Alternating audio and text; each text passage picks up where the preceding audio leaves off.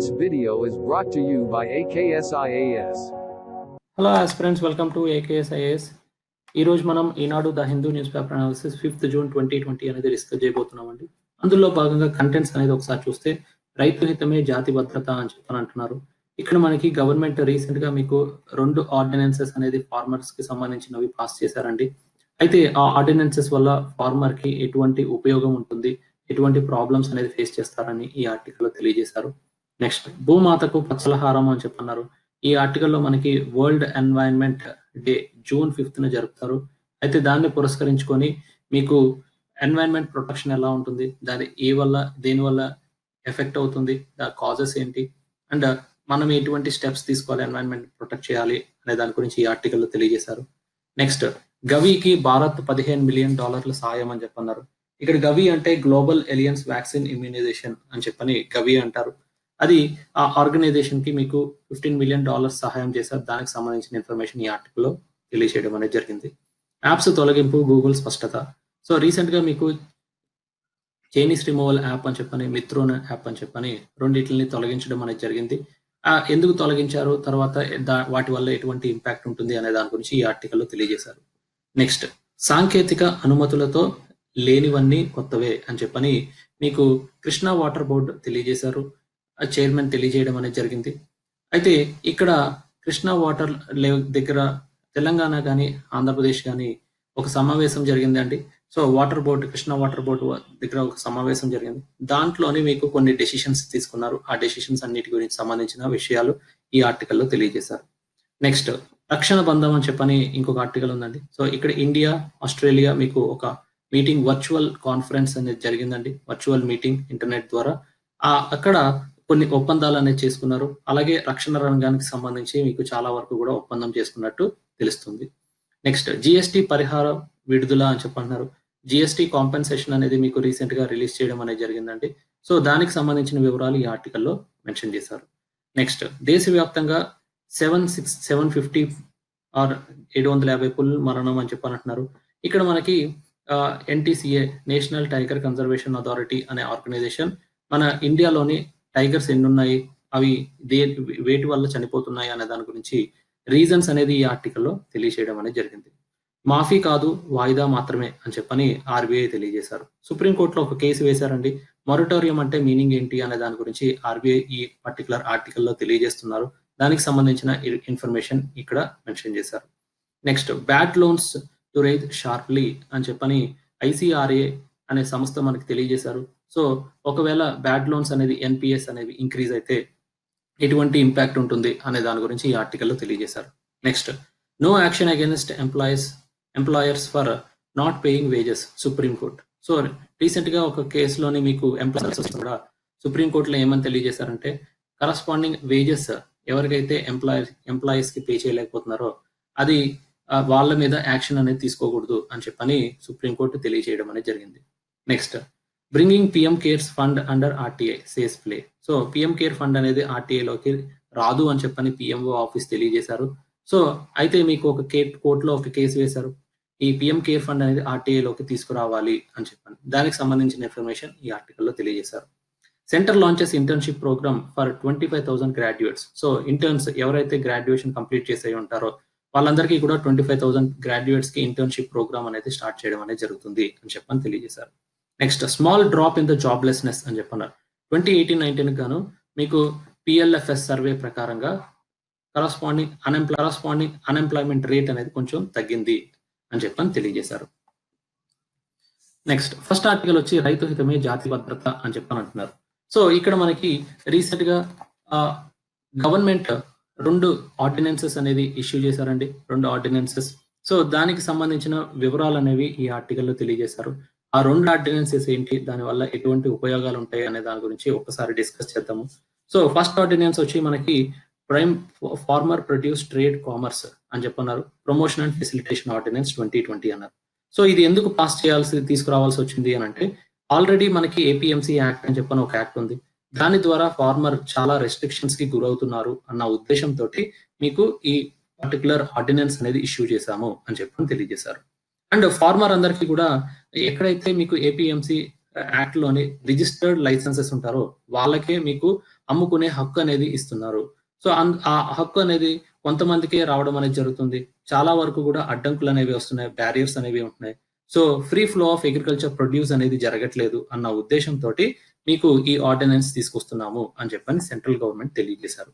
అయితే ఈ ఆర్డినెన్స్ తీసుకురావడం వల్ల ఏం జరుగుతుంది, బెనిఫిట్ ఏంటి అనేది చూస్తే ఏం జరుగుతుందంటే ఫార్మర్ కి ఒక స్వేచ్ఛ అనేది దొరుకుతుంది. ఎక్కడ అమ్ముకునే చోట్ల మీకు ఫార్మర్ ఎక్కడైనా అమ్మొచ్చు అని చెప్పి అంటారు. సో అది విత్ ఇన్ ద స్టేట్ అయి ఉండొచ్చు, లేకపోతే ఇంటర్ స్టేట్ కూడా అయి ఉండొచ్చు. ఎక్కడ కూడా అడ్డంకులు అనేవి ఏమీ ఉండవు అని చెప్పని ఈ ఆర్డినెన్స్ ద్వారా తెలియజేశారు. అయితే ఎక్కడ అమ్మాలి, ఎక్కడ మీకు డిమాండ్ అనేది ఉంటుందంటే online electronic trading transaction platform ద్వారా మీరు గుర్తించి అక్కడికి తీసుకెళ్లి అమ్మవచ్చు. ఏ పర్టికులర్ మార్కెట్ యార్డ్ లో అన్నా అమ్ముకోవచ్చు అని చెప్పని తెలియజేశారు. ఒకవేళ ఎప్పుడైనా ప్రాబ్లం వస్తే అక్కడ సెపరేట్ గా ఒక డిస్ప్యూట్ రెజల్యూషన్ మెకానిజం అనేది outside court farmer settlement అనేది చేసుకోవాలి అని చెప్పని తెలియజేశారు. అయితే ఇది తీసుకురావడం వల్ల ఫార్మర్ కి ఎటువంటి అడ్వాంటేజెస్ ఉంటాయంటే అతనికి చాలా చాయిసెస్ అనేది ఉండడానికి స్కోప్ ఉంటుంది. ఇదివరకంటే ఒకటే market yard, registered market yard కి తీసుకెళ్లవలసి వచ్చేది.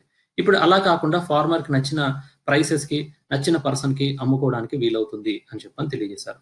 అయితే గవర్నమెంట్ ఒకవేళ ఎంఎస్పీ అనేది అనౌన్స్ చేశారు కదా అని చెప్పని మీకు డౌట్ రావచ్చు. సో ఎంఎస్పీ ప్రొక్యూర్మెంట్ అనేది కంటిన్యూ అవుతూనే ఉంటుంది. ఆ ఎంఎస్పీ తగ్గట్టు అక్కడ మార్కెట్ లో కరస్పాండింగ్ ప్రైసెస్ అనేవి ఉంటాయి కాబట్టి స్టేబుల్ ఇన్కమ్ అనేది మీకు ఫార్మర్ కి అందించడానికి వీలవుతుంది అని చెప్పని తెలియజేశారు. And at the same time surplus production అనేది వచ్చినప్పుడు, బెటర్ ప్రైజెస్ వచ్చినప్పుడు, కన్సూమర్స్ వేరియస్ రీజన్స్ అనేది షార్టేజెస్ వచ్చినప్పుడు మీకు ఫార్మర్ డిఫరెంట్ లెవెల్స్ లో ప్రొడ్యూస్ చేసినప్పుడు, డిఫరెంట్ షార్టేజెస్ వచ్చినప్పుడు కానీ, బెటర్ ప్రైసెస్ వచ్చినప్పుడు కానీ మీకు కరస్పాండింగ్ ఫార్మర్ ని కాపాడడానికి కూడా సర్టెన్ మెకానిజం అనేది ఉంటుంది అని చెప్పని తెలియజేశారు. Okay, and at the same time one India one agriculture market అనేది తీసుకురావడానికి ఈ పర్టికులర్ అప్రోచ్ అనేది బాగా ఉపయోగపడుతుంది అని చెప్పని తెలియజేశారు. నెక్స్ట్ ఇంకొక ఆర్డినెన్స్ ఏంటి అంటే farmer empowerment protection agreement on price assurance and farm service ordinance 2020 అని చెప్తున్నారు. ఇక్కడ ఏం జరుగుతుందంటే ఇండియన్ అగ్రికల్చర్ లోని చాలా వరకు కూడా ఫ్రాగ్మెంట్ అయిపోయి ఉంది. అందరూ కూడా స్మాల్ హోల్డింగ్ సైజెస్ ఉన్న పర్టికులర్ ఫార్మర్సే ఎక్కువ మంది ఉన్నారు. అందుకని చెప్పని వాళ్ళందరూ కూడా దేని మీద ఆధారపడి ఉంటారు అంటే weather dependency, production uncertainties, market unpredictability, ఇవన్నీ కూడా మీకు basic features of Indian agriculture. So ఆ రిస్క్స్ అనేవి ఎక్కువ ఉన్నాయి. ఇన్సఫిషియంట్ ప్రొడక్షన్ అనేది జరుగుతుంది, ఇన్పుట్ అవుట్పుట్ అనేది సరిగ్గా రావట్లేదు. సో ఇవన్నీ కూడా వేరియస్ ప్రాబ్లమ్స్ ఇండియన్ అగ్రికల్చర్ లో మనం ఫేస్ చేస్తున్న ప్రాబ్లమ్స్ అని చెప్పని తెలియజేశారు. అయితే ఈ ఆర్డినెన్స్ ద్వారా దాన్ని ఎలా అడ్రస్ చేస్తున్నారు అని చెప్పాలంటే ఇక్కడ మీకు కరస్పాండింగ్ ఫార్మర్ ఏదైనా ఆర్గనైజేషన్స్ తో కానీ, లేకపోతే ప్రాసెసర్ తో కానీ, హోల్సేలర్స్ తో కానీ, అగ్రిగేటర్ తో కానీ, లేకపోతే లార్జ్ రీటైలర్స్ తో కానీ, ఎక్స్పోర్టర్స్ తో కానీ వీళ్ళందరితోటి అగ్రిమెంట్ అవ్వచ్చు అన్నారు. ఏదైనా ఒక ఆర్గనైజేషన్ తో అగ్రిమెంట్ అవ్వచ్చు. సో అగ్రిమెంట్ అవ్వడం వల్ల ఏంటంటే ఇంటర్మీడియట్స్, మధ్యవర్తులందరినీ కూడా ఎలిమినేట్ చేయవచ్చు. అక్కడ మీకు ఈ అగ్రిమెంట్ అనేది చేసుకుంటే, కాంట్రాక్ట్ ఫార్మింగ్ అనేది డెవలప్ అనేది చేసుకుంటే మీకు ఫార్మర్ మీద బర్డెన్ అనేది తగ్గుతుంది. సో ఫార్మర్ కావాల్సిన వేరియస్ టెక్నాలజీ, బెటర్ ఇన్పుట్స్ అన్ని కూడా మీకు ఎవరైతే ఆర్గనైజేషన్ ఉంటారో వాళ్ళు అందించడానికి వీలవుతుంది. సో ఎప్పుడైతే ఒక ఆర్గనైజేషన్ మీకు అగ్రిమెంట్ చేసుకుంటారో దానికి తగ్గట్టు ప్రైస్ ఫార్మర్ కి అందించాల్సిన అవసరం ఉంటుంది. కాబట్టి ఫార్మర్ మీద ఇన్వెస్ట్మెంట్, టెక్నాలజీ, బెటర్ ఇన్పుట్స్ అన్ని కూడా మీకు ఆర్గనైజేషన్ వాళ్ళు అందిస్తారు కాబట్టి బర్డెన్ అనేది తగ్గుతుంది. And private investment in the agriculture sector అనేది ఇంక్రీజ్ అవడానికి స్కోప్ ఉంటుంది. సప్లై చైన్ అనేది మీకు ఎక్కువగా గ్లోబల్ మార్కెట్స్ తో ఇంటిగ్రేట్ అవడానికి స్కోప్ ఉంటుంది అని చెప్పని తెలియజేశారు. So small farmer and marginal farmers కి ఇటువంటి అప్రోచ్ అందరూ కూడా మీకు ఫాలో అయితే, ప్రైవేట్ ఆర్గనైజేషన్స్, హోల్సేలర్స్, రీటైలర్స్ అందరూ కూడా ఈ కాంట్రాక్ట్ ఫార్మింగ్ అనేది ఫాలో అయితే ఫార్మర్ కి బెనిఫిట్ అయ్యే ఛాన్సెస్ ఉంటాయి అని చెప్పని తెలియజేశారు. అయితే ఇక్కడ ఛాలెంజెస్ ఏంటి, ప్రాబ్లమ్స్ ఏంటి అనేది ఈ ఆర్టికల్లో తెలియజేశారండి. సో ఒప్పందం కుదుర్చుకోవచ్చు, జాప్యం వస్తే కోర్టు బయటే మీరు పరిష్కరించుకోవాలి అంటారు. సో అయితే మీకు బడా వ్యాపారాలతోటి చిన్న రైతులు ఎలా నెగ్గుకు రాగలరు అనేది వన్ ఆఫ్ ద ప్రాబ్లం అని చెప్పని తెలియజేస్తారు.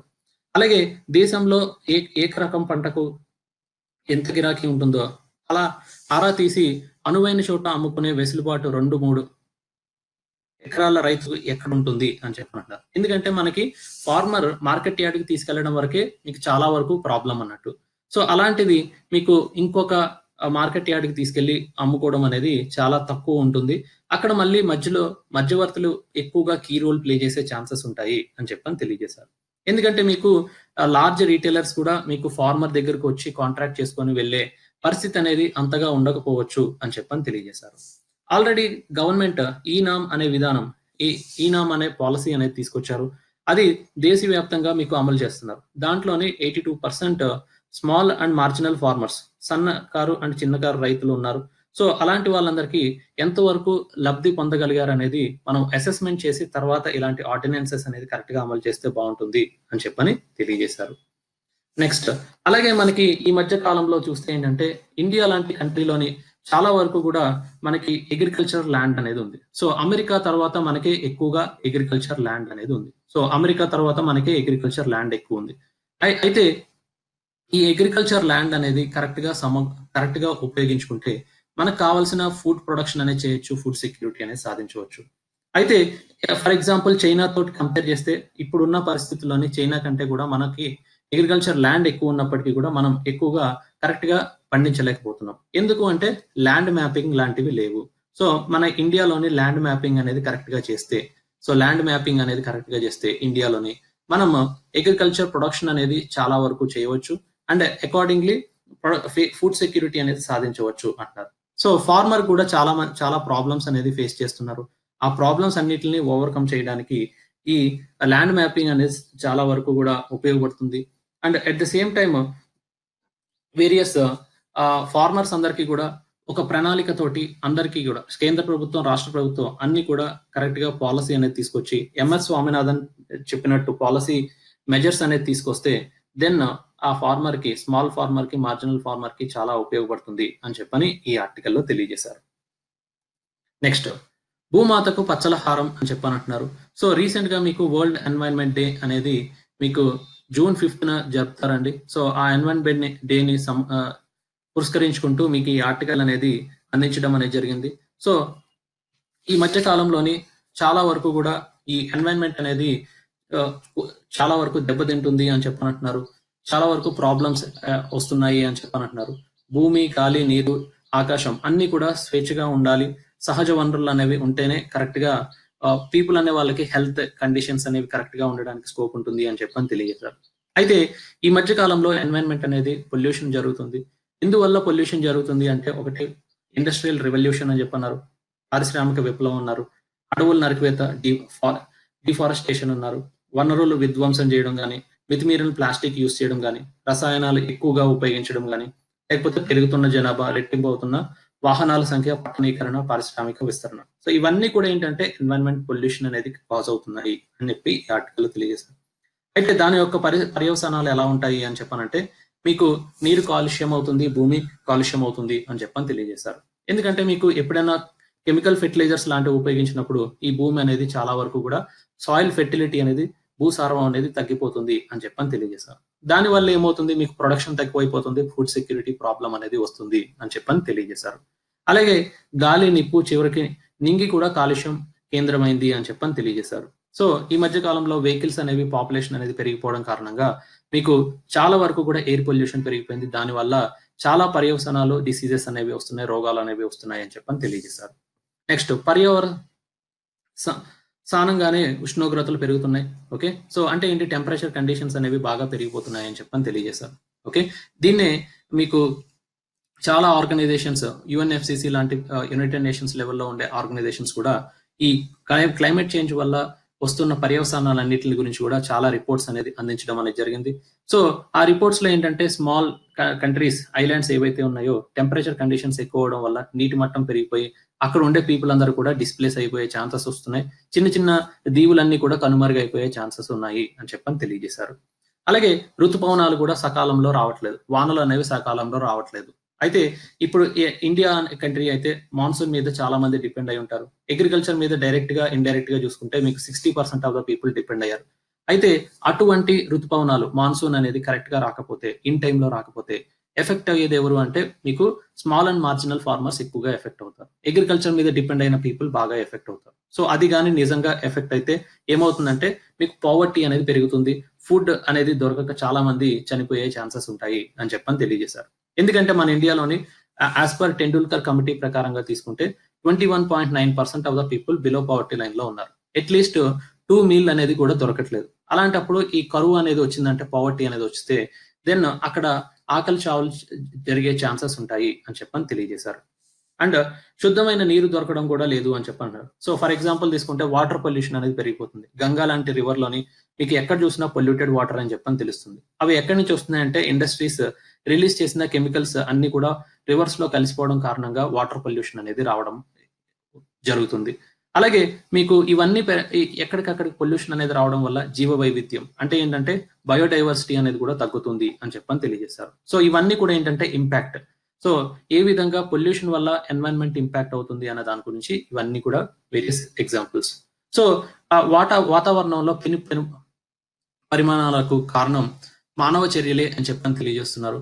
అవన్నీ కూడా మనం అరికట్టాలి అని చెప్పని అంటున్నారు. సో అయితే మనం ఎటువంటి స్టెప్స్ తీసుకుంటే మన ఎన్వైరన్మెంట్ ని, ప్రకృతిని కాపాడుకోగలము అని చెప్పానంటే, ఫస్ట్ జీవ వైద్య పరిరక్షణకు ప్రతి ఒక్కరు కూడా ముందుకు రావాలి అని చెప్పన్నారు. అంటే బయోడైవర్సిటీని కాపాడడానికి ప్రతి ఒక్కరు కూడా ముందుకు రావాలి అని చెప్పని తెలియజేశారు. తెలుగు రాష్ట్రాల్లోని హరిత వనాల వృద్ధి కోసం ఉభయ ప్రభుత్వాలు కూడా చేస్తున్న చర్యలన్నీ కూడా రెట్టింపు చేయాలి. అంటే ఏంటి? ఎఫారెస్టేషన్, ఫారెస్ట్ ని గ్రో చేయాలి అని చెప్పని అంటున్నారు. సో ఎప్పుడైతే మీకు ఫారెస్ట్ అనేది ఇంక్రీజ్ అవుతుందో మీకు ప్యూర్ ఎయిర్ అనేది రావడానికి స్కోప్ ఉంటుంది, ఎయిర్ పొల్యూషన్ అనేది తగ్గించడానికి స్కోప్ ఉంటుంది అని చెప్పని తెలియజేశారు.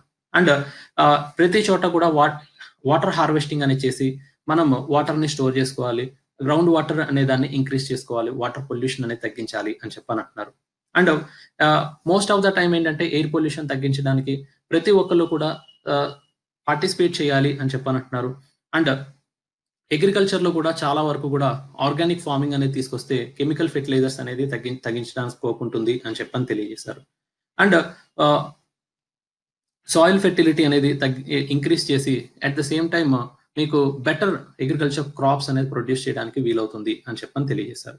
సో ఈ ఎర్త్ ని కాపాడాలి అని అంటే నాట్ ఓన్లీ ఒక్క పీపులే కాదు, ప్రతి ఒక్కళ్ళు కూడా వాళ్ళకి తోచినంత సహాయం అనేది చేస్తేనే దెన్ మన ఎన్వైరన్మెంట్ ని కాపాడుకోవడానికి వీలవుతాము అని చెప్పని ఈ ఆర్టికల్లో తెలియజేశారు. సో వరల్డ్ ఎన్వైరన్మెంట్ డే అనేది June 5th ని పురస్కరించుకొని ఈ ఆర్టికల్లో తెలియజేశారు. ఎఫెక్ట్స్ ఏంటి, కాజెస్ ఏంటి, ఇంపాక్ట్ ఏంటి, స్టెప్స్ ఏం తీసుకోవాలి అనే దాని గురించి మెన్షన్ చేశారు. నెక్స్ట్, అమెరికా స్థానాన్ని భర్తీ చేసేది ఎవరు అని చెప్పనున్నారు.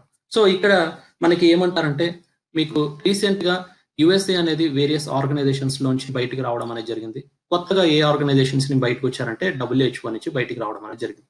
సో ప్రీవియస్ గా యుఎస్ ఏ పర్టికులర్ ఆర్గనైజేషన్స్ నుంచి బయటకు వచ్చారంటే, ఒకటి యునెస్కో అని చెప్పనన్నారు. యునెస్కో ఆర్గనైజేషన్ నుంచి మీకు 2017 లో బయటకు వచ్చారు. అలాగే మీకు ఇంకొక ఆర్గనైజేషన్ లో నుంచి బయటకు వచ్చింది ఏ ఆర్గనైజేషన్ అంటే United nations human rights council. Okay, United nations human rights council లో 2018 లో బయటకు వచ్చారు. సో ఇవన్నీ కూడా ఏంటంటే ట్రంప్ ఎప్పుడైతే ప్రెసిడెంట్ కింద వచ్చారో అప్పటి నుంచి కూడా యుఎస్ రాడికల్ రిఫార్మ్స్ అనేది తీసుకొస్తున్నారు. అందులో భాగంగానే మీకు WHO నుంచి బయటికి రావడం అనేది జరిగింది అని చెప్పని తెలియజేశారు. సో రీసెంట్ గా మీకు UNESCO and as well as UNHRC నుంచి ఎందుకు బయటికి రావాల్సి వచ్చిందంటే, ఇజ్రాయెల్ కి సంబంధించిన వ్యతిరేక కార్యకలాపాలు అనేవి ఇక్కడ చేస్తున్నారు కాబట్టి మేము బయటకు వస్తున్నాము అని చెప్పని తెలియజేశారు. కానీ ఇక్కడ ఏ ఆర్గనైజేషన్ నుంచి అన్నా బయటికి రావాలంటే అక్కడ మీరు కాంట్రిబ్యూట్ చేస్తా అన్న ఫండ్ అనేది ఏదైతే ఉంటుందో దాన్ని కట్టిన తర్వాతే బయటికి రావడం అనేది కుదురుతుంది అని చెప్పని తెలియజేశారు. అయితే యుఎస్ఏ ఇప్పుడు WHO నుంచి ఎందుకు బయటికి రావాలనుకుంటున్నారంటే, అక్కడ యుఎస్ఏ చెప్పిన రిఫార్మ్స్ అనేది తీసుకురాలేదు.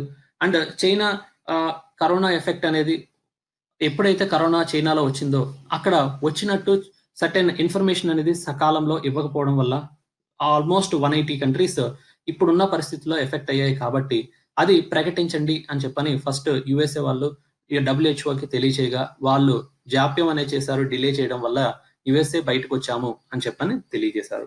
అయితే ఇక్కడ యుఎస్ఏ బయటికి రావడం అనేది ఏంటంటే ఒక ప్రొసీజర్ అనేది ఉంటుందండి. ఆ ప్రొసీజర్ ఏంటంటే 2-step ప్రొసీజర్. సో ఎగ్జిట్ పాలసీకి ఏంటంటే మీకు 2-step ప్రాసెస్ అనేది ఉంటుంది. సో ఫస్ట్ ఎలా ఉంటుందంటే ఫస్ట్ స్టెప్ అనేది నోటీస్ అనేది మీకు ఇవ్వాలి. సో నోటీస్ అనేది అట్లీస్ట్ 1 year అనేది ముందిస్తేనే మీకు కరస్పాండింగ్ WHO నుంచి బయటికి రావడానికి స్కోప్ ఉంటుంది. అంటే ఇప్పుడు బయటకు వస్తాము అని చెప్పని ప్రకటిస్తే నెక్స్ట్ ఇయర్ మిడ్ కల్లా మీకు 2021 కల్లా యుఎస్ బయటికి రావడానికి స్కోప్ ఉంటుంది అని చెప్పన్నారు. ఇంకొక కండిషన్ ఏంటి అని అంటే యుఎస్ ఎగ్జిట్ అవ్వాలి అని చెప్పానంటే అక్కడ ఏవైతే ఫండ్స్ ప్రామిస్ చేశారో, సో ప్రామిస్ చేసిన ఫండ్స్ ఏవైతే ఉన్నాయో, సో ఆ ఫండ్ అంతా కూడా మీరు కట్టేసిన తర్వాతే మీరు ఎగ్జిట్ అవ్వడానికి వీలవుతుంది అని చెప్పని మీకు WHO వాళ్ళు తెలియచేయడం అనేది జరిగింది. సో అయితే ఇప్పుడున్న పరిస్థితుల్లో ఏంటంటే WHOకి ఎక్కువగా కాంట్రిబ్యూటర్ ఎవరు అని చెప్పనంటే చూస్తే, సో కాంట్రిబ్యూటర్ ఎవరు అని చెప్పని చూస్తే మీకు ఇక్కడ USA ఎక్కువగా కాంట్రిబ్యూట్ చేస్తుంది WHOలో. ఎంత కాంట్రిబ్యూట్ చేస్తున్నారంటే USA వాళ్ళు 22% ఆఫ్ ద టోటల్ ఫండ్స్ అనేవి USA కాంట్రిబ్యూట్ చేస్తున్నారు. అయితే ఈ కాంట్రిబ్యూషన్ అంతా కూడా ఏ కంట్రీ మీకు తీసుకోవడం అనేది జరుగుతుంది అనే దాన్ని ఇప్పుడు ప్రస్తుతానికి క్వశ్చన్ అన్నట్టు. అయితే ఈ కాంట్రిబ్యూషన్ అనేది ఎవరు చేసుకోవచ్చు అంటే నెక్స్ట్ కమింగ్ డేస్ లో ఏమని తెలియజేస్తున్నారంటే చైనా అనేది కొంత కాంట్రిబ్యూట్ చేయొచ్చు, లేకపోతే యూరోపియన్ యూనియన్ లో ఉండే కంట్రీస్ కొన్ని కాంట్రిబ్యూట్ చేయొచ్చు, లేకపోతే ఇండియా కాంట్రిబ్యూట్ చేయొచ్చు అని చెప్పని తెలియజేశారు. అలాగే ఇప్పుడున్న పరిస్థితుల్లో ఏంటంటే మీకు WHO లో కొంతవరకు జాప్యం జరిగింది, కరోనా ఎఫెక్ట్ ని కంటైన్ చేయలేకపోయారు కాబట్టి ఇండియా అండ్ అదర్ కంట్రీస్ కలిపి దీంట్లో రిఫార్మ్స్ తీసుకురావాలి అని చెప్పని అన్నారు అన్నట్టు. సో రిఫార్మ్స్ తీసుకురావాలన్నారు. సో ఇండియా కూడా తన వంతు కృషి చేస్తుంది. రీసెంట్ గా ఎగ్జిక్యూటివ్ బోర్డ్ కి చైర్మన్ కింద మీకు ఇండియా ఎలక్ట్ అయ్యారు. So Harshvardhan ministry of health and family welfare India తరఫున ఎగ్జిక్యూటివ్ బోర్డ్ చైర్మన్ కింద 1 year ఉంటారు. ఆ 1 year లో ఇండియా చేయాల్సిన సహాయం అంతా కూడా మీకు ఇక్కడ చేస్తాము అని చెప్పని తెలియజేశారు. సో ఈ ఆర్టికల్లో ఏంటంటే ఒకవేళ అమెరికా నిజంగా WHO నుంచి బయటకు వచ్చేస్తే మీకు ఎవరు ఆ అమెరికాని ప్లేస్ ని రీప్లేస్ చేయగలరు అని చెప్పనంటే ఒకటి చైనా అని చెప్పంటున్నారు, ఇంకొకటి యూరోపియన్ యూనియన్ లో ఉండే కొన్ని కంట్రీస్ అంటున్నారు, ఇండియా అని చెప్పని ఈ ఆర్టికల్లో తెలియజేశారు. నెక్స్ట్ గవికి భారత్ $15 million సాయం అని చెప్పనన్నారు. సో గవి అని చెప్పనంటే global alliance for vaccine and immunization 2020. So ఈ సదస్సు అనేది జరిగిందండి. ఈ సదస్సులో ప్రధాన మంత్రి నరేంద్ర మోడీ $15 million సాయం చేస్తున్నాము అని చెప్పని తెలియజేశారు. ఈ సదస్సు అనేది మీకు బ్రిటన్ ప్రధాని అయిన బోరిస్ జాన్సన్ నేతృత్వంలోని వీడియో కాన్ఫరెన్స్ ద్వారా జరిగింది. సో ఈ గవి వల్ల ఏమి ఉపయోగాలు ఉన్నాయి అని చెప్పనంటే ఏంటంటే బెనిఫిట్స్ ఏంటి అని చెప్పనంటే ఒకటి వ్యాక్సిన్ కనుక్కోవడానికి ప్రయత్నిస్తున్నారండి. COVID-19 వ్యాక్సిన్ కనుక్కోవడానికి ప్రయత్నిస్తున్నారు. So corona vaccine. సో ఈ వ్యాక్సిన్ అనేది తక్కువ కాస్ట్ కే ప్రొడ్యూస్ చేసి పీపుల్ అందరికీ అందించాలి అన్న ఉద్దేశం అనేది గవి యొక్క ముఖ్య ఉద్దేశం. And at the same time ఏంటంటే ఇండియాకి ఎటువంటి బెనిఫిట్స్ అనేవి ఉంటాయంటే ఇక్కడ గవిలో చాలా కంట్రీస్ పార్టిసిపేట్ చేస్తున్నాయి కాబట్టి అక్కడ మీకు టెక్నికల్ ఎక్స్పర్టైజీ ఏదైతే ఉంటుందో దాన్ని ఎక్స్చేంజ్ చేసుకోవచ్చు. సో ఇండియాకి కొంత డ్రగ్ మ్యానుఫ్యాక్చరింగ్ లో ఎక్స్పర్టైజీ ఉంది, అదర్ కంట్రీస్ కి ఇంకో ఎక్స్పర్టైజీ ఉంది. సో COVID-19 కి కలెక్టివ్ ఎక్స్పర్టైజీ ఉంటే మీకు తొందరగా వ్యాక్సిన్ అనేది తీసుకురావడానికి వీలవుతుంది అని చెప్పని తెలియజేశారు. అలాగే ఈ గవి అనేది దేనికి ఉపయోగపడుతుంది అంటే మన యొక్క అచీవ్మెంట్స్, ఇండియా చాలా వరకు కూడా చాలా చోట్ల అచీవ్మెంట్స్, మన అనుభవాలన్నీ కూడా అదర్ కంట్రీస్ తో షేర్ చేసుకోవడానికి ఉపయోగపడుతుంది. ఫర్ ఎగ్జాంపుల్ తీసుకుంటే మిషన్ ఇంద్రధనుష్ అనేది మీకు చిల్డ్రన్ ఎవరైతే మీకు ఇన్ఫాంట్ చిల్డ్రన్ ఉన్నారో వాళ్ళందరికీ కూడా 7 diseases నుంచి ప్రొటెక్ట్ చేయడానికి మిషన్ ఇంద్రధనుష్ అనే స్కీమ్ అనేది తీసుకురావడం అనేది జరిగింది. ఇమ్యూనైజేషన్ ప్రోగ్రామ్ అని చెప్పంటారు. అలాగే మీకు మెటర్నిటీ ఉమెన్ కానీ లేకపోతే గర్భిణీ స్త్రీలు కానీ వాళ్ళందరికీ కూడా వ్యాక్సిన్ అనేది ఫ్రీగా అందిస్తున్నాము అని చెప్పని, అలాగే 130 crore ఉన్న పాపులేషన్ లోని మన ఈ ప్రోగ్రామ్స్ అన్ని కూడా successful programmes all over India మొత్తం ఫ్రీగా అమలు చేయడం అనేది జరుగుతుంది. సో మన యొక్క ఎక్స్పీరియన్స్, మన యొక్క ఎక్స్పర్టైజీ, అలాగే మనం అచీవ్ చేసిన వేరియస్ హెల్త్ ప్రోగ్రామ్స్ అన్ని కూడా గ్లోబల్ ఎరాలోని మనం చూపించడానికి, ఎక్స్ప్రెస్ చేయడానికి వీలుగా ఉంటుంది అని చెప్పని తెలియజేశారు. ఓకే, సో ఒకవేళ నిజంగా ఈ గవి వల్ల వ్యాక్సిన్ అనేది తయారైతే అది ప్రపంచవ్యాప్తంగా మీకు చాలా ప్రాణాలు కాపాడడానికి ఆ వ్యాక్సిన్ అనేది ఉపయోగిస్తారు కాబట్టి తక్కువ ఖర్చుతోటి మీకు తక్కువ వ్యయంతో మీకు అందించగలిగితే ఎక్స్పెండిచర్ అనేది చాలా కంట్రీస్ తగ్గించుకోవడానికి వీలవుతుంది అని చెప్పని తెలియజేశారు. నెక్స్ట్ యాప్స్ తొలగింపు గూగుల్ స్పష్టత అని చెప్పన్నారు. సో ఇక్కడ గూగుల్ ఆర్గనైజేషన్ వాళ్ళు ఇక్కడ కొన్ని యాప్స్ ని తొలగించడం అనేది జరిగిందండి. ఆ యాప్స్ ఏంటి అంటే మిత్రోన్ అనే యాప్ ఒకటి, రిమూవ్ చైనా యాప్స్ అనే 2 యాప్స్ ని మీకు రీసెంట్ గా తొలగించారు. ఈ 2 యాప్స్ ని ఎందుకు తొలగించారు అంటే వాళ్ళకున్న వేరియస్ రూల్స్ అండ్ రెగ్యులేషన్స్ ప్రకారంగా అదర్ యాప్స్ ని మీకు ఎప్పుడూ కూడా తొలగించాలి అని చెప్పని మీరు యాప్ క్రియేట్ చేయకూడదు. సో అటువంటి అలా క్రియేట్ చేస్తే ఏంటంటే వాళ్ళకున్న రూల్స్ ప్రకారంగా మీకు వైలేట్ చేసినట్టు అవుతుంది అన్న ఉద్దేశంతో గూగుల్ వాళ్ళు ఏంటంటే మీకు Mitron and remove China apps అనే వాటిని తొలగించడం అనేది జరిగింది. సో ఈ సమస్య అనేది మీకు ఇలాంటివి యాప్స్ రిమూవ్ చేయడం అనేది గూగుల్ వాళ్ళు ఇదివరకు కూడా చేశారు.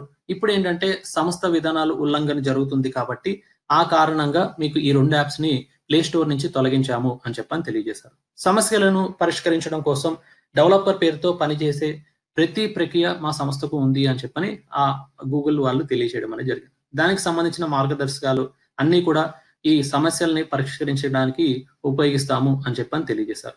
అయితే ఇప్పుడు ఉన్న పరిస్థితుల్లో ఏంటంటే ఈ యాప్స్ వల్ల ఏం జరుగుతుంది? అసలు ఇంపాక్ట్ ఏంటి అని చెప్పనంటే ఏంటంటే చైనా వల్ల ప్రతి ఒక్కళ్ళు చైనాలో ప్రొడ్యూస్ అయిన కరోనా వల్ల ఏంటంటే మీకు ప్రతి ఒక్క కంట్రీ కూడా ఏంటంటే డిస్ట్రస్ట్ అనేది తీసుకొచ్చారు. దాని నుంచే వచ్చిందే remove China apps. Okay. So not only ఇండియాలోనే కాదు ప్రతి అదర్ కంట్రీస్ లో కూడా ఈ యొక్క ఇంపాక్ట్ అనేది ఉంటుంది. సో అయితే మీకు ఈ యాప్స్ అనేది తీసుకురావడం వల్ల ఏంటంటే పీపుల్ మీద నెగటివ్ ఫీలింగ్ అబౌట్ చైనా అనేది పెరిగే ఛాన్సెస్ ఉంటాయి. సో దీని వల్ల ఏంటంటే పీపుల్ కి ఇంకా అవేర్నెస్ అనేది జరుగుతుంది.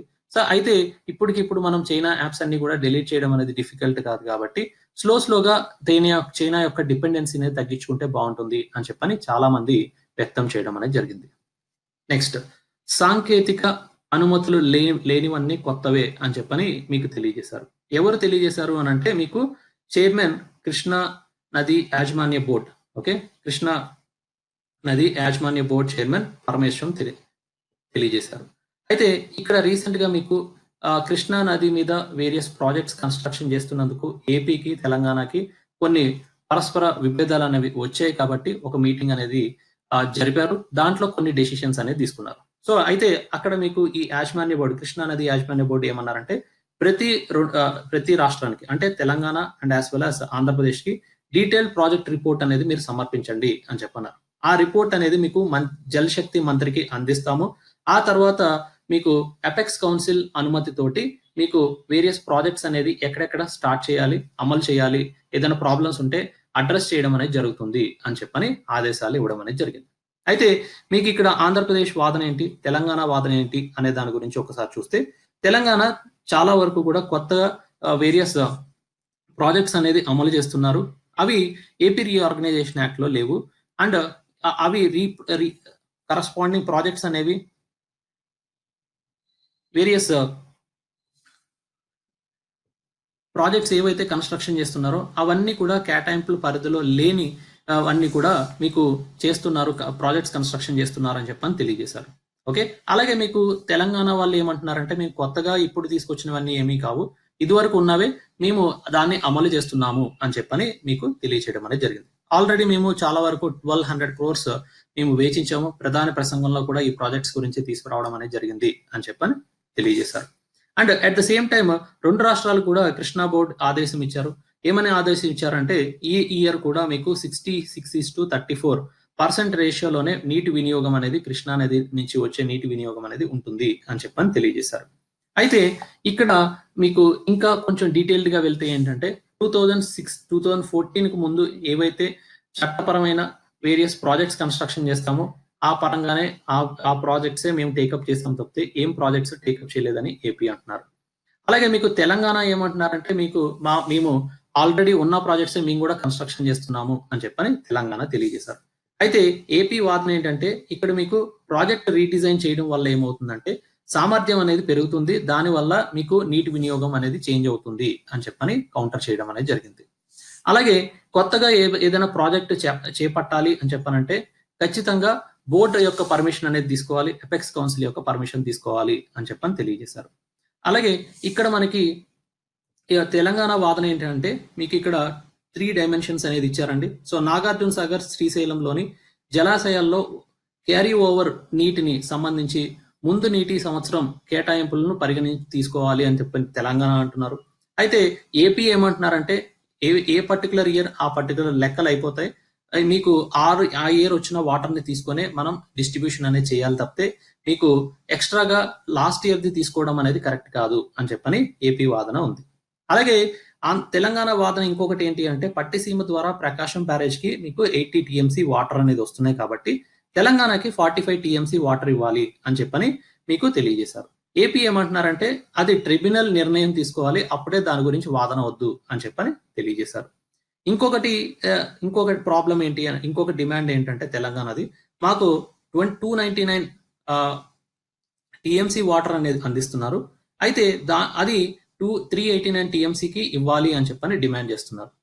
And at the same time ఆంధ్రప్రదేశ్కి ఇచ్చిన 512 టీఎంసీలోని 80 టీఎంసీ అనేది తగ్గించాలి అని చెప్పని తెలంగాణ కోరింది అని చెప్పని తెలుస్తుంది. కాకపోతే ఈ వాటర్ ఎలకేషన్ అనేది ఎవరు డిసైడ్ చేస్తారంటే మినిస్ట్రీ ఆఫ్ జల్ శక్తి, తర్వాత మీకు ఎపెక్స్ కౌన్సిల్ వాళ్ళు డిసైడ్ చేయడం అనేది జరుగుతుంది అని చెప్పని తెలియజేశారు. అండ్ రీసెంట్ గా మీకు టెలిమెట్రీకి ప్రాధాన్యం అనేది తీసుకురావాలి అని చెప్పని బోర్డు తెలియజేయడం అనేది జరిగింది, కృష్ణా వాటర్ బోర్డు. ఈ టెలిమెట్రీలకి అరేంజ్మెంట్ అనేది చేయాలి అంటే ఈ టెలిమెట్రీ ఎందుకు అరేంజ్ చేస్తున్నారు అంటే వాటర్ అవైలబిలిటీ ఎంత ఉంది, ఒక్కొక్క ఏరియాలోని వాటర్ అవైలబిలిటీ ఎంత ఉంది అనేది తెలుసుకోవడానికి ఈ టెలిమెట్రీస్ మీకు ఏర్పరచడం అనేది జరుగుతుంది. సో దానికి సంబంధించిన వేరియస్ ఎక్స్పెండిచర్ ఏదైతే ఉంటుందో అవన్నీ కూడా 2 రాష్ట్రాలు పెట్టుకుంటాయి అని చెప్పని తెలియజేశారు. అండ్ శ్రీశైలంలో ఉత్పత్తి అయ్యే విద్యుత్ ఏదైతే ఉంటుందో అది 2 రాష్ట్రాలు కూడా మీకు వాడుకునేలాగా 50% చొప్పున వాడుకునేలాగా నిర్ణయించారు. అలాగే మీకు ఏదైతే మిగులు జలాలు ఉంటాయో అవన్నీ కూడా 50% చొప్పున ఉపయోగించుకునేలాగా అంగీకరించారు. అండ్ కృష్ణా నది యాజమాన్య బోర్డు కార్యాలయం ఆంధ్రప్రదేశ్లో రాజధానిలో తరలించడంపై ఇంకా జల్ శక్తి మినిస్టర్ ఒక నిర్ణయం తీసుకోవాల్సిన అవసరం అనేది ఉంది అని చెప్పని తెలియజేశాం. సో ఇవన్నీ కూడా ఏంటంటే మీకు రీసెంట్ గా మీకు కృష్ణా బోర్డు యాజమాన్య board chairman Parameswaram and Andhra Pradesh తెలంగాణలో సంబంధించిన వేరియస్ కమిటీస్ ఏవైతే ఫామ్ చేశారో ఆ కమిటీస్ అన్ని కూడా ఒక మీటింగ్ అనేది ఏర్పాటు చేసి ఇవన్నీ కూడా అవుట్కమ్ అనేది తెలియచేయడం అనేది జరిగింది. సో ఎగ్జామినేషన్ పాయింట్ ఆఫ్ వ్యూలో ఇవన్నీ కూడా మనకి ఉపయోగపడతాయి అని చెప్పని తెలియజేస్తున్నాను. అండ్ ఏపీ రీఆర్గనైజేషన్ యాక్ట్ లో చూస్తే మీకు management and development of water resources part 9 లోని మనకి ఈ ఎపెక్స్ కౌన్సిల్ గురించి తెలియజేశారు. సో అక్కడ మీకు సెక్షన్ 84 క్లాజ్ 1 లో ఎపెక్స్ కౌన్సిల్ గురించి తెలియజేశారు. Godavari Krishna river water resources and management of board అనే దాని గురించి మీకు సెక్షన్ 84 లో తెలియజేశారు. ఈ ఎపెక్స్ కౌన్సిల్ లో ఎవరెవరు ఉంటారు అని అంటే మీకు ministry of water resources Jal మంత్రి ఉంటారు, సెంట్రల్ గవర్నమెంట్ తరఫున చైర్పర్సన్ కింద వ్యవహరిస్తారు. అలాగే chief minister of Andhra Pradesh member కింద ఉంటారు, chief minister of Telangana member కింద ఉంటారు. అలాగే ఎపెక్స్ కౌన్సిల్ యొక్క మెయిన్ ఫంక్షన్ ఏంటి అంటే మీకు supervising the functions of Godavari river management board, Krishna river management board రెండింటి ఫంక్షన్స్ ని సూపర్వైజ్ చేయడం. అలాగే ఎప్పుడైనా న్యూ ప్రాజెక్ట్స్ వచ్చినప్పుడు వాటిని ప్లాన్ చేయడం, అప్రూవ్ చేయడం అనేది వీళ్ళు చేస్తారు based on the recommendations given by the central water commission, various 2 boards river management boards ఇచ్చిన రికమెండేషన్స్ బట్టి ప్లాన్ అప్రూవల్ అనేది జరుగుతుంది అని చెప్పని తెలియజేశారు. డిస్ప్యూట్స్ ఏమైనా వచ్చాయి అనుకోండి కన్స్ట్రక్షన్ ఆఫ్ ప్రాజెక్ట్స్ లోని రివర్ వాటర్ షేరింగ్ లోని అవి కూడా మీకు రిజాల్వ్ చేసేది ఎవరు అంటే ఎపెక్స్ కౌన్సిల్ అని చెప్పని తెలియజేశారు. And Krishna water tribunal water disputes tribunal అనేది ఎలకేట్ చేసిన వాటర్ ప్రకారంగా ఎలకేషన్ చేసిన షేరింగ్ ప్రకారంగా ఇవన్నీ కూడా అమలవుతాయి అని చెప్పని తెలియజేశారు. అలాగే మనకి రివర్ వాటర్ మేనేజ్మెంట్ బోర్డ్స్ అనేది ఎస్టాబ్లిష్ చేస్తారు సెక్షన్ 85 ప్రకారంగా. So Godavari river management board ఒకటి, కృష్ణా రివర్ మేనేజ్మెంట్ బోర్డ్ అనేది మీకు 60 days ఈ యాక్ట్ పాస్ చేసిన అపాయింటెడ్ డే June 2, 2014 తర్వాత మీకు 60 days లో ఈ 2 బోర్డ్స్ అనేది ఎస్టాబ్లిష్ చేస్తారు. So head quarters of Godavari management board వచ్చి తెలంగాణలో ఉంటుంది. అలాగే కృష్ణా రివర్ మేనేజ్మెంట్ బోర్డ్ వచ్చి మీకు ఆంధ్రప్రదేశ్ లో ఉంటుంది అని చెప్పని తెలియజేశారు. అండ్ ఇక్కడ మనకి ఏంటంటే ఈ బోర్డు యొక్క మెయిన్ ఫంక్షన్స్ ఏంటి అని అంటే మీకు ప్రాజెక్ట్స్ అమలు చేస్తున్నారో అవన్నీ కూడా కరెక్ట్ గా అమలవుతున్నాయా లేదా, వాటర్ కంట్రోల్ అనేది కరెక్ట్ గా ఉందా లేదా, ట్రిబ్యునల్ ఇచ్చిన వేరియస్ వాటర్ షేరింగ్ అనేది 2 స్టేట్స్ ఫాలో అవుతున్నాయా లేదా అనేవి మొత్తం అన్ని కూడా అడ్మినిస్టర్ చేసేది ఎవరు అంటే ఈ 2 వాటర్ బోర్డ్స్ అనేది అడ్మినిస్టర్ చేస్తాయి. దీనికి చైర్మన్ ఉంటారు, మెంబర్స్ కూడా ఉంటారు, వాళ్ళందరినీ కూడా సెంట్రల్ గవర్నమెంట్ అపాయింట్ చేస్తుంది అని చెప్పని తెలియజేశారు.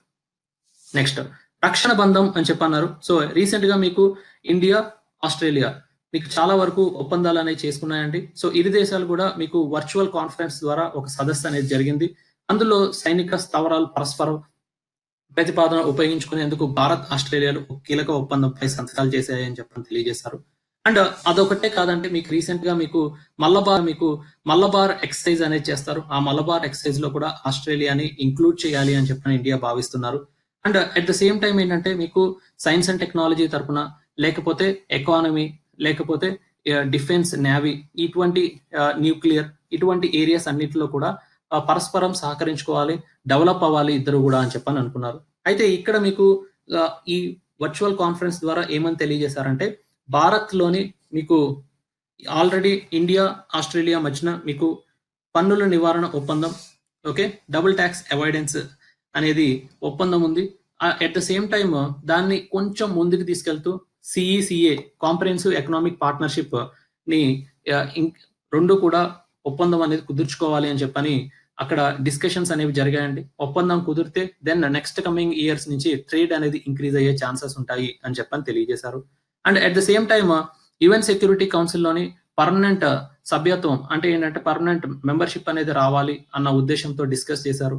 తర్వాత ఎన్ఎస్జీలో ఇండియాకి మెంబర్‌షిప్ అనేది లేదు. దాంట్లోని మద్దతు ఇస్తాము అని చెప్పని ఆస్ట్రేలియా తెలియజేశారు. And at the same time Asia Pacific ఏరియాలోని చాలా వరకు కూడా మన సార్వభౌమత్వాన్ని గౌరవించాలి అని చెప్పన్నారు. సో అక్కడ ఎప్పుడు కూడా రెస్ట్రిక్షన్స్ అనేది United Nations law of seas అని చెప్పని ఒక లా ఉంటుందండి. దాని ప్రకారంగా ఎప్పుడైనా సరే ఏదైనా ప్రాబ్లం వచ్చినప్పుడు అంతర్జాతీయ చట్టాల ప్రకారంగానే మనం నడుచుకోవాలి తప్పితే మీకు పర్సనల్ ఇంట్రెస్ట్స్ అనేవి తీసుకురాకూడదు అని చెప్పని అక్కడ డిస్కషన్ చేయడం అనేది జరిగింది. వ్యవసాయ రంగంలో కూడా కలిసి పని చేయాలి అని చెప్పని ఇక్కడ ఇండియా అండ్ ఆస్ట్రేలియా మీకు చాలా వరకు కూడా ఒప్పందం కుదుర్చుకున్నట్టు తెలుస్తుంది. నెక్స్ట్ ఏపీకి 681 కోట్లు అనేది జిఎస్టీ పరిహారంగా విడుదల చేస్తాము అని చెప్పని సెంట్రల్ గవర్నమెంట్ ప్రకటించారండి. సో జిఎస్టీ అనేది చూస్తే ఏంటంటే ఇది ఒక ఇండైరెక్ట్ ట్యాక్స్. సో మీకు గూడ్స్ అండ్ సర్వీసెస్ మీద ఇంపోజ్ చేస్తారు and it is considered to be as a destination tax అని చెప్పని తెలియజేశారు.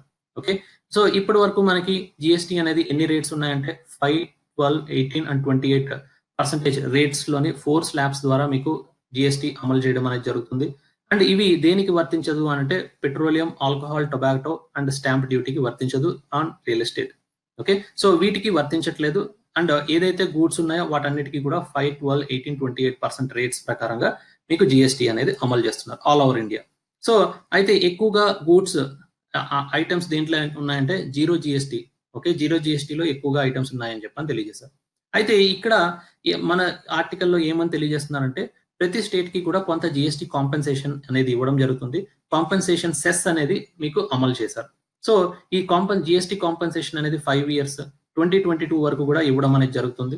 ఎందుకంటే కొన్ని స్టేట్స్ లోని మీకు ప్రొడ్యూసర్ స్టేట్స్ లోని మీకు జిఎస్టీ అనేది కోల్పోతున్నారు కాబట్టి ఓకే కాంపెన్సేషన్ అనేది ఇస్తాము, రెవెన్యూస్ తక్కువ అవుతున్నాయి కాబట్టి మీకు కాంపెన్సేషన్ ఇస్తాము అన్నారు. ఆ విధంగా కాంపెన్సేషన్ అనేది ఇప్పుడు సెంట్రల్ గవర్నమెంట్ 36,400 crores అనేది జిఎస్టీ పరిహార బకాయిలు కేంద్ర ప్రభుత్వం గురువారం విడుదల చేసింది అని చెప్పని తెలియజేశారు. ఆంధ్రప్రదేశ్ కు 681 crores అనేది వచ్చే, తెలంగాణకు 522 crores అనేది విడుదల చేసినట్టు తెలియజేశారు. ఓకే, సో ఇవన్నీ కూడా ఏంటంటే జిఎస్టీ కాంపెన్సేషన్ అనేది సెంట్రల్ గవర్నమెంట్ ఇస్తాము అని చెప్పన్నారు తెలియజేశారు కాబట్టి 2022 వరకు కూడా దాంట్లో భాగంగా మీకు ఆంధ్రప్రదేశ్ కి 681, తెలంగాణకి 522 crores అనేది విడుదల చేశారని చెప్పని తెలియజేశారు. నెక్స్ట్ దేశవ్యాప్తంగా 8 ఏళ్లలో 750 పులులు మృతి అని చెప్పన్నారు. సో దీని గురించి మనకి డేటా ఎవరు అందిస్తారంటే నేషనల్ టైగర్ కన్జర్వేషన్ అథారిటీ ఎవరైతే ఉంటారో మీకు వాళ్ళు వెల్లడించడం అనేది జరిగింది. అక్కడ మనకి విపత్తుల కారణంగా 369 డిజాస్టర్స్ కారణంగా 369 టైగర్స్ అనేవి చనిపోయాయి. అలాగే పోచింగ్ వల్ల 168 అన్నారు. అండ్ అసహజ మరణాలు ఓకే, సో అన్నోన్ రీజన్స్ వల్ల మీకు 42 ఇవన్నీ కూడా చనిపోయాయి అని చెప్పని తెలియజేశారు. సో అయితే ఇప్పుడున్న పరిస్థితుల్లోని మన దేశంలోని పులుల సంఖ్య 2226 నుంచి 2296 కి పెరిగింది. కేంద్ర పర్యావరణ సంస్థ అంటే కేంద్ర పర్యావరణ మంత్రిత్వ శాఖ మీకు తెలియజేశారు డిసెంబర్లో.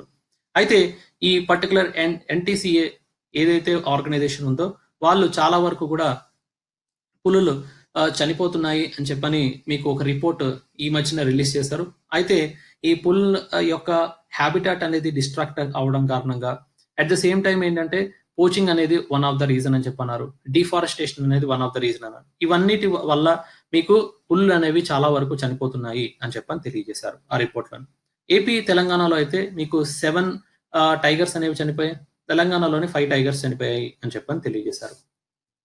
నెక్స్ట్ మాఫీ కాదు వాయిదా మాత్రమే అని చెప్పని ఆర్బీఐ వాళ్ళు తెలియజేయడం అనేది జరిగింది. ఎవరికి తెలియజేశారంటే మీకు సుప్రీంకోర్టులో ఒక పిటిషన్ అనేది దాఖలు చేశారండి. సో మొరటోరియం అంటే ఏంటి? సో మొరటోరియం అంటే మేము లోన్ తో పాటు ఇంట్రెస్ట్ కూడా కట్టాల్సిన అవసరం లేదా? సో అయితే ఇక్కడ ఆర్బీఐ వాళ్ళు ఏమని తెలియజేస్తున్నారు అని చెప్పానంటే మీకు ఎప్పుడైనా మొరటోరియం అనేది ప్రకటిస్తే ఇక్కడ మీకు COVID-19 రావడం కారణంగా 3 నెలలు మొరటోరియం విధించాము అని చెప్పన్నారు. సో దాన్ని ఎక్స్ప్లెయిన్ చేస్తూ ఆర్బీఐ వాళ్ళు ఏమని తెలియజేశారంటే ఇక్కడ మొరటోరియం అంటే మీకు ఒక టోటల్ లోన్ ని మీకు ఇంట్రెస్ట్ ని మీకు కట్టాల్సిన అవసరం లేదని కాదు, మీకు వడ్డీ ఏదైతే ఉంటుందో వడ్డీ యాజ్ ఇట్ ఈస్ మీరు కట్టాల్సిందే. కాకపోతే లోన్ అమౌంట్ ఏదైతే ఉంటుందో మీరు అది కట్టకపోయినా ఎక్స్ట్రా మీకు ట్యాక్స్ అనేది ఇంపోజ్ చేయట్లేదు బ్యాంక్స్ అని చెప్పని తెలియజేశారు. ఒకవేళ బ్యాంక్స్ ఇదంతా కూడా కట్టాల్సిన అవసరం లేదు అని అంటే దాదాపు 2 లక్షల కోట్ల వరకు కూడా బ్యాంకింగ్ సెక్టర్ లాస్ అయ్యే ఛాన్సెస్ ఉన్నాయి అని చెప్పని ఆర్బీఐ సుప్రీంకోర్టుకి తెలియజేసింది. సో ఇలాంటి పిటిషన్స్ అనేది తీసుకోవద్దని కూడా మీకు సుప్రీంకోర్టుని కోరడం అనేది జరిగింది అని చెప్పని తెలియజేశారు. సో ఇక్కడ మొరటోరియం అంటే ఏంటంటే రుణమాఫీ అనేది కాదు, తప్పుగా అర్థం చేసుకోకూడదు అని చెప్పని ఆర్బీఐ వాళ్ళు తెలియజేశారు. సో ఇక్కడ ఏంటంటే వాయిదా మాత్రమే, అంటే మీరు కట్టాల్సిందే కానీ పెనాల్టీ అనేది మీరు కట్టలేనందుకు మీకు మీద పెనాల్టీ అనేది ఏమీ ఉండదు. అండ్ ఓన్లీ ఇన్స్టాల్మెంట్స్ అనేవి పెరుగుతాయి, మీరు కట్టాల్సిన ఇంట్రెస్ట్ రేట్ అనేది ఉంటుంది, యాజ్ ఇట్ ఈజ్ ఉంటుంది అని చెప్పని తెలియజేశారు. Next, small drop in the joblessness in 2018 and 19 PLFS అని చెప్పన్నారు. సో PLFS అంటే పీరియాడిక్ లేబర్ ఫోర్స్ సర్వే అని చెప్పని అర్థం అన్నట్టు. సో దీన్ని ministry of statistics and programme implementation వాళ్ళు మీకు రిలీజ్ చేయడం అనేది జరిగింది. సో 2017 and 18 మీకు అన్ఎంప్లాయ్మెంట్ రేట్ 6.1 ఉంది. అయితే 2018 and 19 అన్ఎంప్లాయ్మెంట్ రేట్ అనేది 5.8 ఉంది. సో కొంత తగ్గింది అని చెప్పని తెలియజేశారు. సో ఈ 6.1 అనేది 45 years లో హైయెస్ట్ అని చెప్పని తెలియజేశారు. అయితే కొంత మేరకు తగ్గింది అని చెప్పని తెలుస్తుంది. అయితే ఇక్కడ మీకు కొన్ని డెఫినేషన్స్ అనేది ఇక్కడ మెన్షన్ చేస్తానండి. ఈ లేబర్ ఫోర్స్ సర్వే అనేది మీకు NSO వాళ్ళు రిలీజ్ చేస్తారు. ఇది 2017 నుంచి మీకు అమలులోకి వచ్చింది. సో ఇక్కడ మనకి అన్ఎంప్లాయ్మెంట్ అనే దాన్ని క్యాలిక్యులేట్ చేయడానికి ఉపయోగిస్తారు. ఇక్కడ మీకు వర్కర్ పాపులేషన్ రేషియో ఒకటి క్యాలిక్యులేట్ చేస్తారు, లేబర్ ఫోర్స్ పార్టిసిపేషన్ రేట్ అనేది ఒకటి క్యాలిక్యులేట్ చేస్తారు, అన్ఎంప్లాయ్మెంట్ రేట్ అనేది ఒకటి క్యాలిక్యులేట్ చేస్తారు.